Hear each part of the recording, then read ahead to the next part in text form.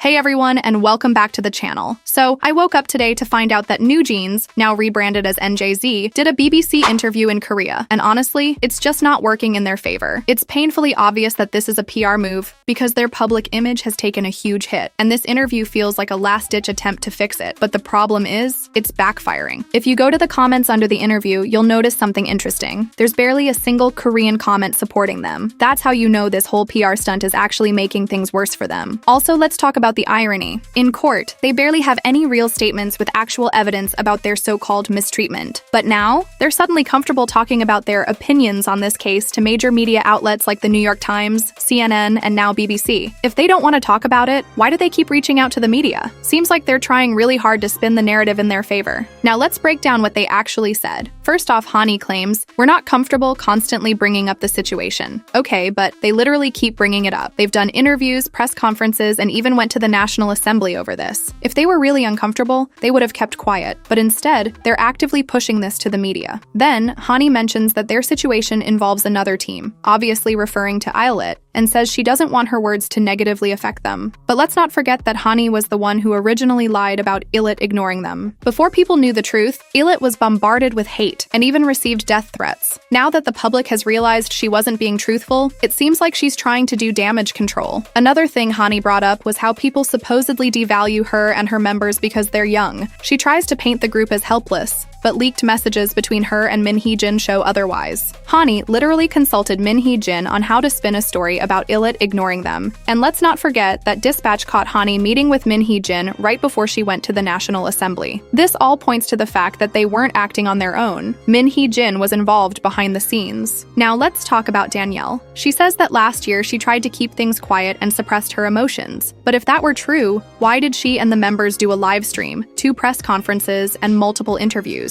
That's the exact opposite of staying quiet. She also says she feels like she's going to explode inside. And honestly, I get it. Losing against Ador must have been a huge blow, and now their entire future with Min Hee-jin is in question. She also admitted that she and the members were shocked by the court's decision. But let's be real. How could they expect any other outcome when they had zero real evidence? Every time they made a claim, Ador's lawyers shut it down immediately by proving they were either lying or changing their story. Now, here's where things get really shady. If you check the comments under the BBC interview, a lot of people are pointing out that comments are being deleted. BBC even left a pinned comment saying they would remove hate speech or slander. But people have noticed that even constructive criticism is being deleted. One comment even said, "How long have you been deleting comments? How is a 10-hour-old video showing comments from just 30 minutes ago?" It's clear that they're trying to control the narrative and only leave up positive comments, but people are catching on. At the end of the day, this interview is just another desperate attempt to regain public favor, but it's only making things worse. What do you guys think? Is this just another PR stunt gone wrong? Let me know in the comments, and don't forget to like and subscribe for more updates.